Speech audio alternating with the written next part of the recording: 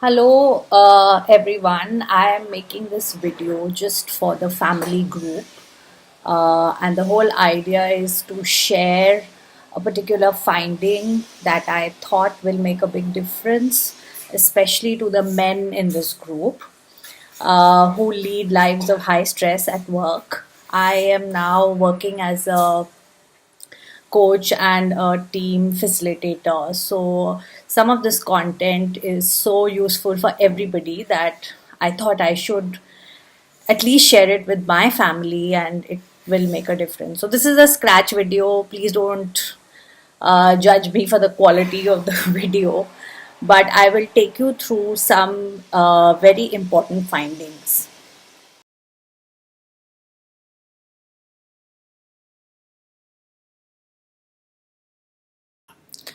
So this video is about the impact of emotions on our stress levels and how that has a impact on our health.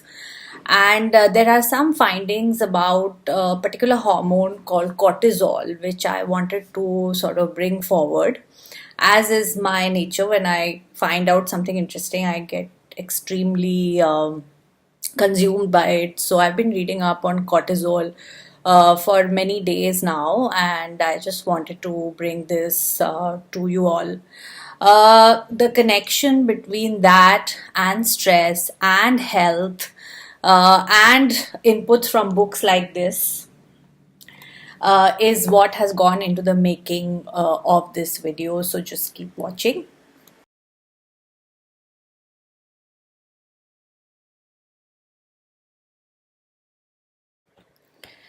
So here we have a table from this book called The Fear-Free Organization, and the author here, who is a very famous neuroscientist and coach, and he's trying to link how our emotions can wreak havoc, even at a health point of view. So it is interesting to note that there are 8 basic universal emotions, and you can see them here. And I will further sort of show you how the nuances of these emotions work out. But the main thing to see here is what kind of responses they trigger and what kind of neurobiology, which is a term used to explain our responses and biology. And these new terms are coming up every day. So, what kind of neurobiology is resulting from these emotions? So, if you trigger fear, anger, disgust, shame, and sadness in varying intensities, of course, the response that it triggers is survival, and the hormone secreted in your body is cortisol. And then, if you go down the table, you can see excitement, joy, trust, love. These are emotions that trigger neurotransmitters, they are called, such as dopamine, serotonin, and oxytocin, which are very important for certain functions. Um, so the next question is that these seem to be a very narrow range of definition of hormones, a narrow range of definition of emotions. But I'll just show you how some researchers have tried to actually create like a spectrum of emotions so that you can identify more of what how it feels. The other thing which is very interesting here is that out of 8 basic universal emotions, there are 5 which are wired to trigger cortisol, and there are just about 2 which trigger serotonin, oxytocin, and dopamine naturally. Now the thing is, it almost seems as if nature has conspired for us to trigger the more fear based or negative emotions. Now the biology of this is that these are emotions which are actually they are configured in us for survival, because if you don't know fear, then how will you protect yourself? So for example, if you're not afraid of crossing a busy road, you might get run down by a truck. Or similarly with disgust, if you're not disgusted going into a certain place, you might, land up going to some place which kind of doesn't, it's not good for you health wise or whatever. So they protect us, these universal emotions. But the thing is that excess triggering of these emotions can lead to very long term health issues, and that's what we are going to understand in this video.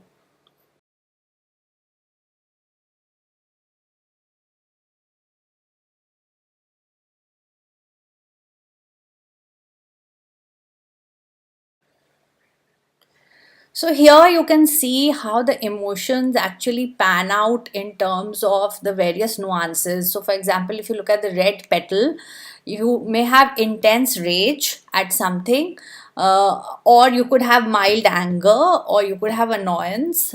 This is a spectrum. And most of the time, our responses may not be in that intense red phase, but it may be more like anger or annoyance.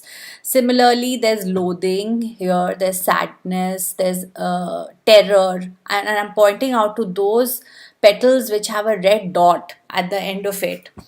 And the red dot and the orange dot actually indicates negative emotions. The green dots indicate those emotions that trigger serotonin or oxytocin, or some of the other ones that you saw. So, on a daily basis, you will find that the emotions that are triggered more or less fall in this spectrum of, eight petals with their tails. You'll find your emotions will sit somewhere in this. Now, the thing to be aware of, or a thing to be noticed, is where exactly are you most of the time? Where exactly are your thoughts, or where exactly are your feelings most of the time? And to be honest, in the daily run of life, no one really sits to think, now, am I feeling sad? Am I feeling angry? Am I feeling disgusted? It doesn't work like that. But building that awareness is perhaps important. Now, you'll ask me why, and I will explain that to you.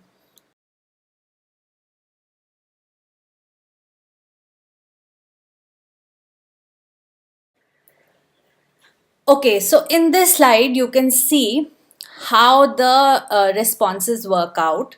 So the red dot indicates fear based emotions: fear, anger, shame, disgust, sadness. These are survival emotions. These are essentially fright or flight emotions, and they are easiest to trigger as it's based on survival. This is how most of the time we are in an organization or in a team where we have to achieve something.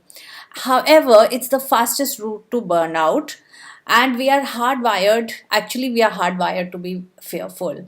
It triggers this thing called cortisol. Now, the rest of this video is about cortisol and information about it and why you should be wary about it.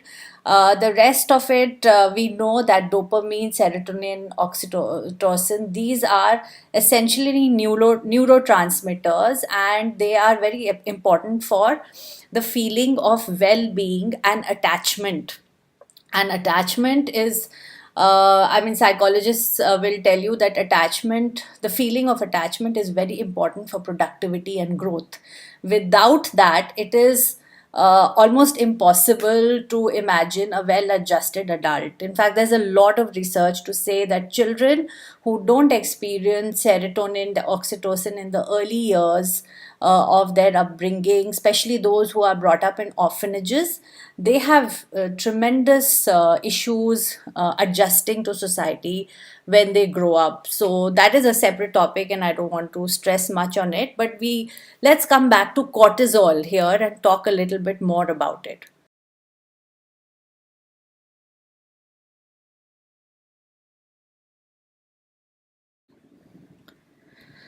Okay, so this far we have actually understood that fear and fear-based emotions secrete cortisol. Now, what I have in this slide is basically how cortisol emits in our body over a period of 24 hours. we can see, and I'll just take the cursor there, we can see that our cortisol is actually highest during the morning. So 9 a.m. cortisol is highest, then through the day it's falling. It follows the natural circadian rhythm of the body. Around it falls over the evening as well, and again during the night our cells repair because of sleep. There's a hormone called melatonin which secretes in the brain, and it repairs the cells in the body. There's a lot about melatonin as well, but again, I don't want to digress. And then around 3 a.m., while you are in deep sleep, the cortisol levels rise again. Now, this is the natural rhythm of cortisol in the body. However, if you are secreting cortisol constantly because of those five emotions that we spoke about, you will have a graph like that, like the purple one in the second image, and this leads to something called the Cushing syndrome. Now you can look up what Cushing syndrome is, but essentially what this means is that excess cortisol produced in the body actually leads to stress related diseases. One of the most important things is that it leads to weight gain. It leads to things like diabetes. It leads to hypertension. It leads to even nerve diseases if cortisol is not checked in the body. Now, why is this important for this group? And I'm saying this because uh, all cortisol secretion is not bad. In fact, because it's there, that means it's important. And without cortisol, we actually cannot deal with a stressful situation. If for example cortisol is not secreted, where there's a deadline coming, we'll perhaps not be able to perform. Also, I have read research manuals which say that normal work related stress doesn't really impact the cortisol level in the body to a state where it harms us. So, like trying to completely avoid stress by not working, that is not, that is definitely not what is recommended. However, the problem is that people over like 40-50 years of our lives, we accumulate a lot of cortisol in our bodies. And I will send you YouTube links later which say that the adrenaline glands, which are situated above the kidney, they secrete cortisol, and there is no off button to cortisol. So let's say you started active life from the age of 18, where you took on responsibilities, etc. Cortisol is being constantly secreted when you have experienced severe shocks, and loss of a parent, for example, is also considered to be a severe shock. But maybe you've had a huge argument with someone in your office, or a huge argument with your spouse. All of these secrete cortisol, and it's like a bucket. So the cortisol keeps filling up in the bucket. This is very important. Please remember the imagery of a bucket and how cortisol fills up. And at the age of 45 or 50, your cortisol is like full, unless you have worked on harmonizing that or releasing that from your body.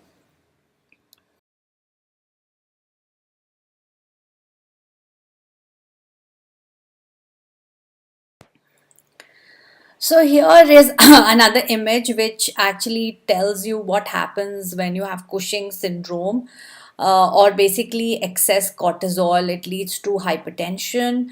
It leads to, sometimes you see your face is red and round when you've had an argument, and it could be an argument with your spouse. It doesn't have to be an argument with your boss, but even if it is with your boss, your face flushes up. The obesity or the around your stomach is a lot because of cortisol, osteoporosis. These are just some of the things that could be happening to you.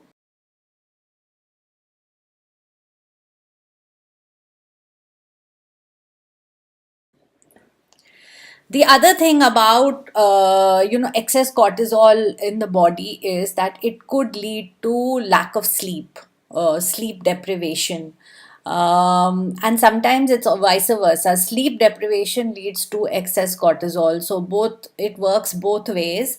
And sleep deprivation is one of the biggest reasons for all kinds of health problems in our lives, and we don't regard it. So for example, after children are born and mothers and fathers go through long stretches of sleepless nights, that actually has a very debilitating effect on the body. And as we grow older, I think in our 40s and 50s, the lack of sleep can be absolutely death blow to the body. Sleep is very important for any kind of healing, and the quality of sleep is very important for any kind of healing. And maybe I'll do another video on it some other time, but again, sleep is very important. I have personally gone from a stage of insomnia to having very restful sleep, and I can tell you it's been quite a journey. But again, excess cortisol also results in sleep deprivation.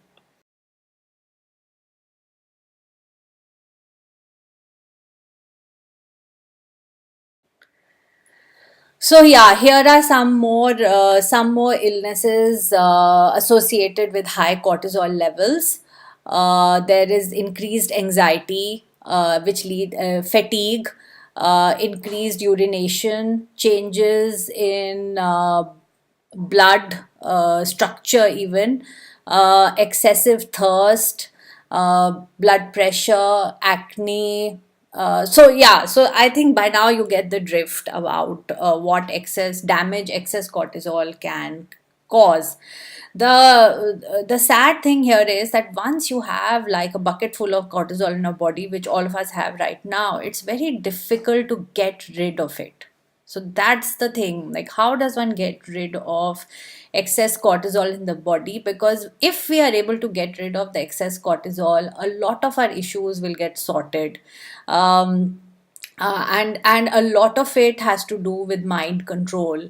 So I can tell you from personal experience that mind control or meditation is actually less about spirituality, but it's much more about accessing better sleep and calmer nerves. And if that is spirituality, just is perhaps like a byproduct of the whole thing. But to access better sleep, meditation is one thing.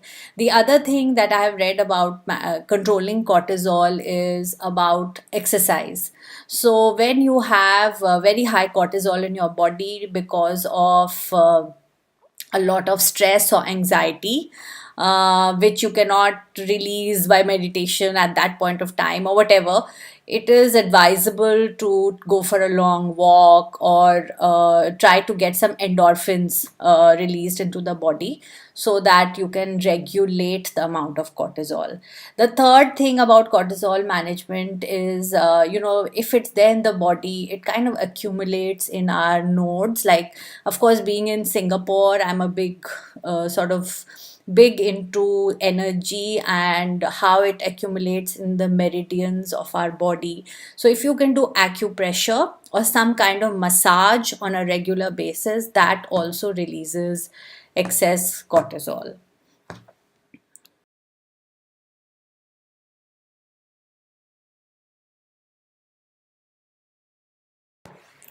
So yeah, so you heard a lot about cortisol, and you all are on the internet. Please Google more information if you want. I have just shared with you what I have researched.